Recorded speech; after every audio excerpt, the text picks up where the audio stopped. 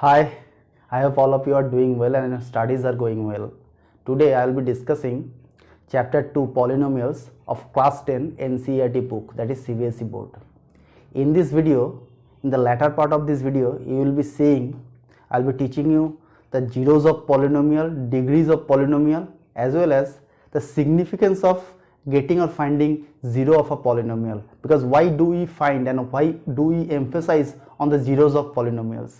And then we will do some hands-on exercise, because talking about only the theories is not sufficient for mathematics. So I will be showing you hands-on example along with the theories, as well as the division algorithm of polynomials, as well as few important points about the coefficients of polynomials. So let's not wait too much and go straight to the slides. Now let us go back slightly and brush up again the degree of polynomial. You know what is degree of polynomial? The highest power of the polynomial is called the degree of polynomial. I have taken some examples to show you, like linear, quadratic and cubic. That is degree equal to 1, then it is called linear polynomial. If the degree is 2, then it is quadratic polynomial, and if it is the degree 3, then it is cubic polynomial. You can see here. So in the first slide, you should remember what is polynomial. If you have forgotten, you should go back and brush up your class 9 mathematics books, chapter number 2 for polynomial definition. I have highlighted. See the first one, the power of x is 1, so it is first degree polynomial, that is linear polynomial. In the second example here, you can see that 2x square minus 3, so it is quadratic polynomial. And the third example, 2x cube minus 3, so this is cubic polynomial, because the power of x is 3, that is the highest power. Now what is zeros of polynomial? Because we have to first understand what is zero of polynomial and how we can estimate or how we can find out the zero of a polynomial. Suppose this is a polynomial px equal to 2x minus 10. You know that polynomial is denoted by px, qx or rx, something like this. So the value of x which makes this entire expression 2x minus 10 equal to 0, we call it the zero of this polynomial. Here that is 5, because if you put x equal to 5 here, then px becomes 0. So this is the zero of this polynomial. It is not necessary that always a polynomial should have only one zero. It can have multiple zeros. Here I have already said that this 5 is the zero of this polynomial, and sometimes it is denoted by k. Also you can denote it by some other notation. For the case of linear polynomial, we can simply say that zero of the polynomial is that constant by coefficient of that variable, that is x, having negative in front, that is minus b by a, if we consider this is the generic form of a linear polynomial. Now we have to check why this zero of polynomial is such important, because if we are figuring out or if you are finding out something, then we must understand the essence or significance of that. In this slide I will be showing you the graphical representation of a linear polynomial, and which eventually describes the essence or the importance of finding zero of a polynomial. Now we can see that in this polynomial, if we plot this in a straight line, means y equal to 2x plus 3, this polynomial, and if we plot this in a straight line, then it intersects with x-axis at minus 3 by 2 comma 0, this point.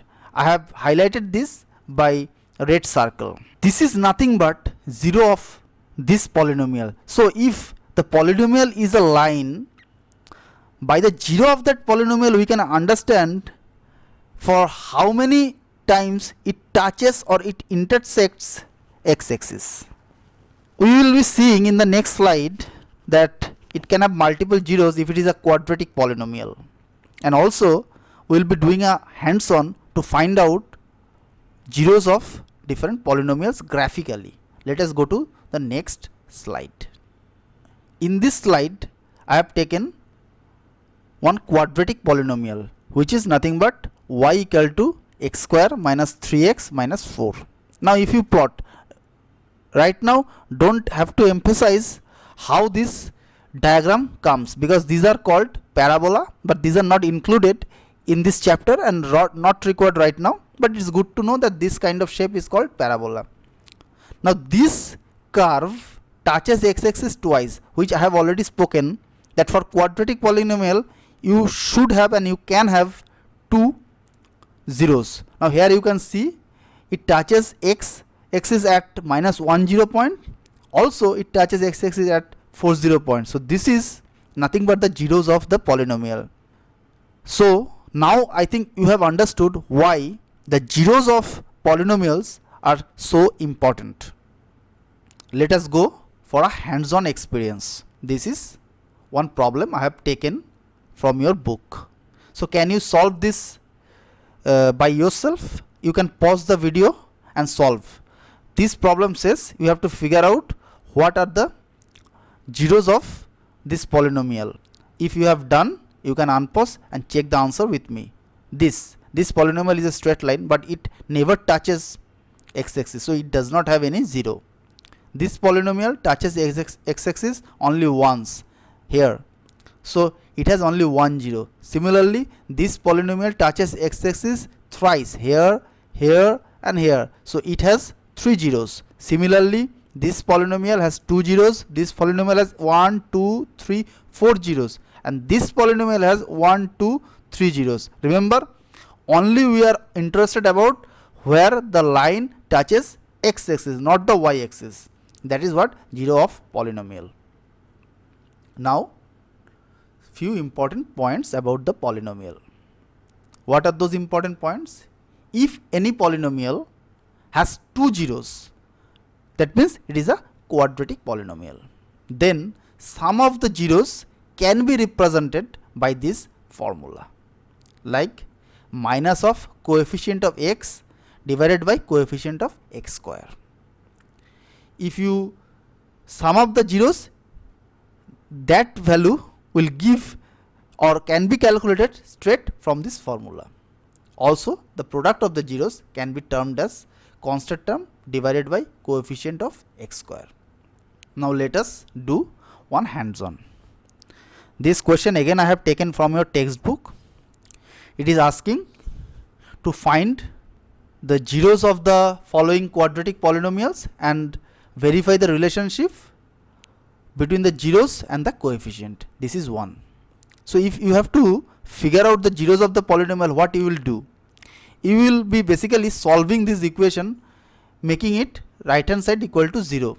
Now once you solve this equation, you will be getting two values of x, which are 4 and minus 2. If you plot them graphically, you can also get. These are nothing but the zeros of the polynomial. Here I am moving my cursor.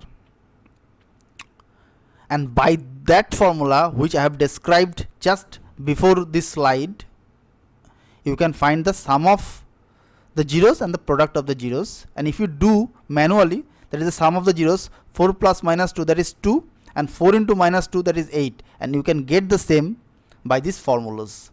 So the question says, or question asks you to verify this, and we have verified. Similarly, if you solve this problem to figure out the zeros of this polynomial and calculate the sum and product of the zeros by above formulas, you can do it on your own. If you find any difficulty, please contact me by commenting in this video.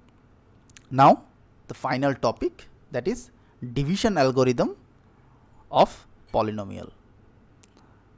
So what division algorithm is? See, this is what algorithm is. Algorithm says we can basically find the relationship or basically establish a relationship between different polynomials. That is what the intention of this division algorithm. Now see, if px is one polynomial and gx is another polynomial, I have already said that polynomials are represented by px, gx or rx, something like this. and here Gx should be not equal to 0. We can find Qx and Rx in a way so that this relationship holds, where Rx is 0 or degree of Rx is less than degree of Gx. This is nothing but which you have learned previously, that divisor into quotient plus remainder equal to dividend. I will be showing you by hands-on example, because if I speak only on this, it may be appears slightly confusing. So let us move to the example.